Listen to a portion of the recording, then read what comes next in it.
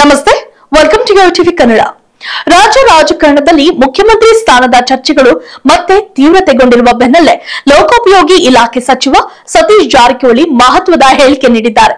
ಮುಖ್ಯಮಂತ್ರಿ ಸ್ಥಾನ ಒಲಿಯಲು ಗುರುಬಲ, ತಾರಾಬಲ ಕೂಡಿ ಬರಬೇಕು ಮತ್ತು ಶನಿಕಾಟ ಕಡಿಮೆಯಾಗಬೇಕು ಎಂದು ಹೇಳಿಕೆ ನೀಡಿದ್ದಾರೆ.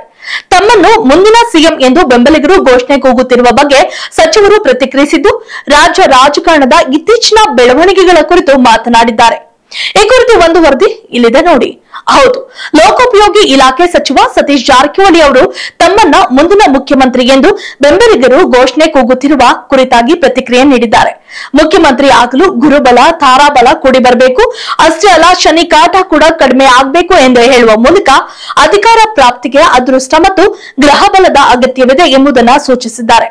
ಒಬ್ಬೊಬ್ಬರಿಗೆ ಒಂದೊಂದು ರೀತಿಯ ಸಮಸ್ಯೆಗಳು ಇರುತ್ತವೆ, ಎಲ್ಲದಕ್ಕೂ ಕಾಲ ಕೂಡಿ ಬರಬೇಕು, ಅಲ್ಲಿಯವರೆಗೂ ನಮ್ಮೆಲ್ಲ ಪ್ರಯತ್ನಗಳು ವಿಫಲವಾಗುತ್ತವೆ ಎಂದು ಹೇಳುವ ಮೂಲಕ ರಾಜಕೀಯದಲ್ಲಿ ತಾಳ್ಮೆಯ ಮಹತ್ವವನ್ನ ಸಾರಿ ಹೇಳಿದ್ದಾರೆ.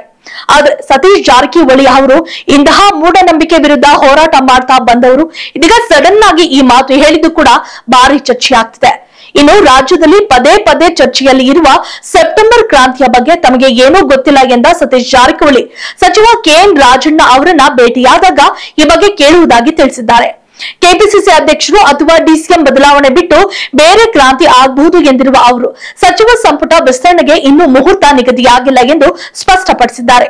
ರಾಜ್ಯಾಧ್ಯಕ್ಷರ ಬದಲಾವಣೆಗೆ ಅರ್ಜೆಂಟ್ ಏನೂ ಇಲ್ಲ ಎಂದಿರುವ ಜಾರಕಿಹೊಳಿ, ನಾವು ನಮ್ಮ ಅಭಿಪ್ರಾಯವನ್ನ ಹೇಳಿರಬಹುದು ಅಷ್ಟೇ, ಅಧ್ಯಕ್ಷರಾಗಲು ಸಾಕಷ್ಟು ಜನ ಆಕಾಂಕ್ಷಿಗಳಿದ್ದಾರೆ, ಆದರೆ ಏನ್ ಮಾಡಬೇಕೆಂಬುದು ಹೈಕಮಾಂಡ್ ನಿರ್ಧಾರ ಮಾಡುತ್ತೆ ಎನ್ನುವ ಜಾಣ್ಮೆಯ ಮಾತನ್ನ ಹೇಳಿದ್ದಾರೆ.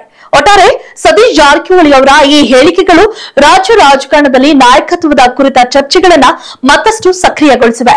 ಮುಂಬರುವ ದಿನಗಳಲ್ಲಿ ಯಾವ ಬದಲಾವಣೆ ಆಗಲಿದೆ ಎನ್ನುವುದನ್ನ ಕಾದು ನೋಡೋಣ.